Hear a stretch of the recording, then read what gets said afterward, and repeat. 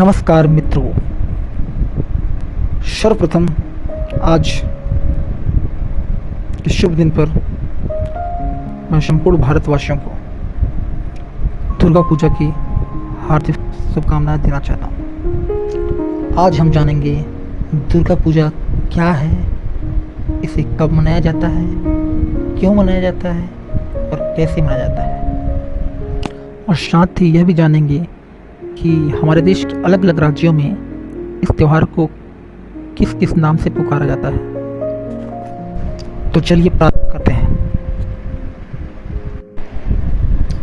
दुर्गा पूजा यानी माँ दुर्गा की पूजा, जिसे दुर्गोत्सव और शरद उत्सव के नाम से भी जाना जाता है।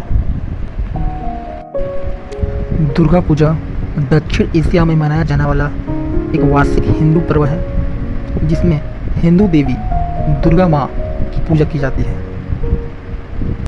नवरात्रि में 9 देवियों की पूजा की जाती है। 9 देवियाँ इस प्रकार हैं: शैलपुत्री, ब्रह्मचारिणी, चंद्रघंटा, कुष्मांडा, स्कंद माता, कात्यायनी, कालरात्रि, महागौरी, सिद्धिदात्री।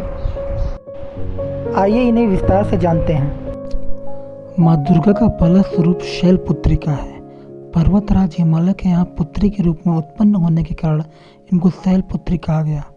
यह वृषभ पर आरूढ़ दाहिने हाथ में त्रिशूल और बाएं हाथ में पुष्प कमल धारण किए हुए हैं। यह 9 दुर्गाओं में प्रथम दुर्गा है। नवरात्रि पूजन में पहले दिन इन्हीं का पूजन होता है। प्रथम दिन की पूजा में योगी जन अपने मन को मूलाधार चक्र में स्थित करते हैं। यहीं से उनकी योग साधना शुरू होती है।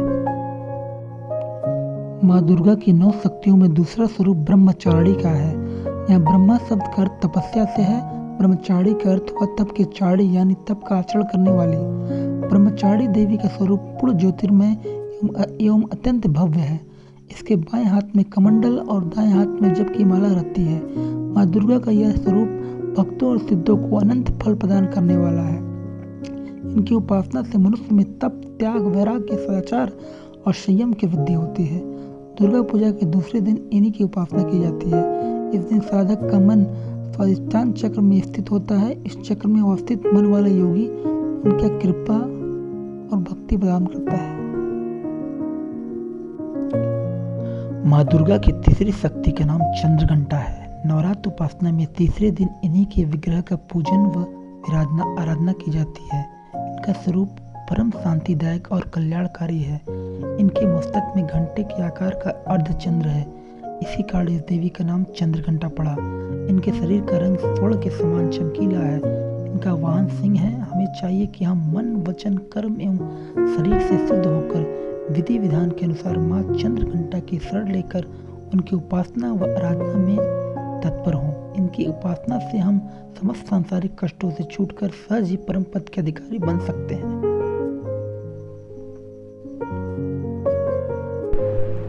माता दुर्गा के चौथे स्वरूप का नाम कुष्मांडा है। अपनी मंद हल्की हंसिया द्वारा ब्रह्मांड को उत्पन्न करने का इनका नाम कुष्मांडा पड़ा। नवरात्रि में चौथे दिन कुष्मांडा देवी के स्वरूप की उपासना की जाती है। इस दिन साधक का मन अनाहत चक्र में स्थित होता है। अतः पवित्र मन से पूजा उपासना कार्य में लगना चाहिए। माँ की उपासना मनुष्य को स्वाभाविक रूप से भव सागर से पार उतारने के लिए सुगम और श्रेयस्कर मार्ग है। माता कुष्मांडा की उपासना मनुष्य को आदि व्याधियों से विमुक्त करके उसे सुख समृद्धि की ओर और उन्नति की ओर ले जाती है। अतः अपनी लौकिक परलौकिक उन्नति चाहने वाले को कुष्मांडा की उपासना से हमेशा तत्पर रहना चाहिए। माँ दुर्गा के 5वें स्वरूप को स्कंद माता कहा जाता है। ये भगवान स्कंद कुमार कार्तिक के नाम से भी जाने जाते हैं। इन्हीं भगवान स्कंद अर्थात कार्तिकेय की माता होने के कारण माँ दुर्गा के 5वें स्वरूप को स्कंद माता के नाम से जाना जाता है।